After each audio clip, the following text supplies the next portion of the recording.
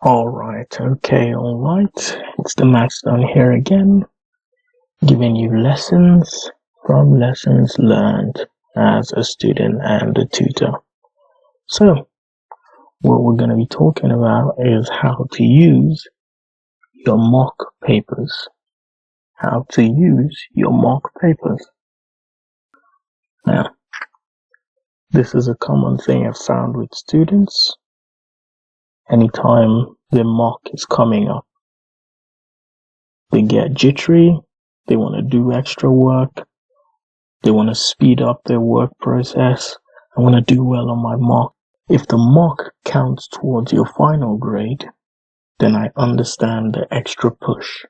I understand the extra effort you're trying to give. But for me, and this is what I advise students on, when the mock is coming, calm down. Because all the mock is supposed to do for you is to tell you where you are at this given moment. So, when the result comes out, it tells you if you sat the exam today with the current effort you're putting in, with the current knowledge you have, with the current way you're studying, that's the grade you'll get. And as a matter of fact, it is better to sit the mock without changing your normal routine, so that when the result comes out, you can go, oh, this is where I am based on what I'm doing.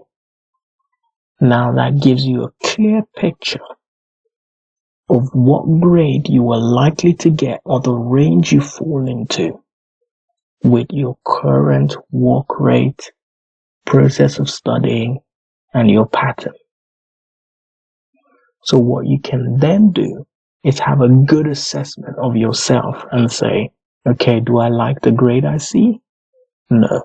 That means things need to improve. I need to study more, improve on this area and that area and that area. Okay? And that's another good thing about the mock. Okay? Because when you get given your paper back, one of the good things you can do with that is you can begin to look at the things that you found easy and the things that you did not. The things you got right and the things you got wrong. It's not a time to worry about your score. Okay? The only reason why you should be worried about your score is the grade.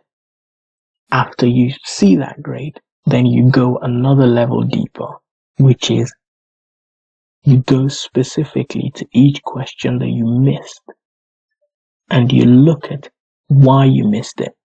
And I'm not just talking about, oh, I got a few marks there, so I'm all right. No. Anywhere you lost marks, you go there. Why did I lose that mark? Why did I miss that question? What topic is that question under? That way, you begin to use the mark as an assessment for yourself. What you know, what you don't know. How quick you are in taking the test, how many questions you completed, how fast you were, what you missed, why you missed what you missed. These are all good things to take from the mock. Okay? How I would look at it. The mock comes back. First thing, look at the grade. Do you like the grade or do you not? Okay? That's the first thing you should record in your mind or on paper if you like. The second thing, you go through each question. How well did I do on the question? If you got all the marks, great, keep it moving. If you didn't, what did I miss? Why did I miss it? How much knowledge do I have on that topic where I missed something? As you're looking at it now, what you missed, do you believe you understand why you missed it? If you believe you understand it, then it's a different question you have to ask yourself. You go, okay, why did I miss something I understand? Is that because I needed more time? Is that because I need to work faster? Or because I need to train myself in thinking faster under exam conditions? Okay? And as you go through each question that you missed, those are the questions you should be asking yourself. And when you do that, you get to a point where you know what you need to do. Okay?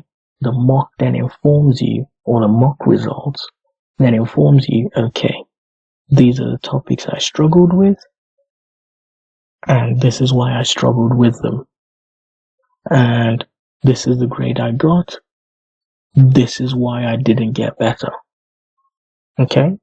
And at the end of the day, it's usually when you're looking for issues with the grade, your timing, so how fast you are in answering questions. So knowing when to hurry up with a question and when to take your time with a question, which is based on marks. Also, knowing the topic. If you know the topic, it's a lot easier to answer the question. Okay? And another issue is also understanding how to solve exam questions, which is something you should be doing as you get closer to exams. So, solving exam questions, looking at the mark scheme, understanding how they want you to present your answers. So then you understand how to get not just the answer mark, but method marks. Okay? Well, all in all, where you use marks is simply to tell you what grade you will get if you sat the paper on that day. And then the rest, once you get the results, study that result, figure out the flaws in your game, as they say, and then put in a plan as to how to improve. Once you put that plan together, you can simulate your own mock again. Past papers are free.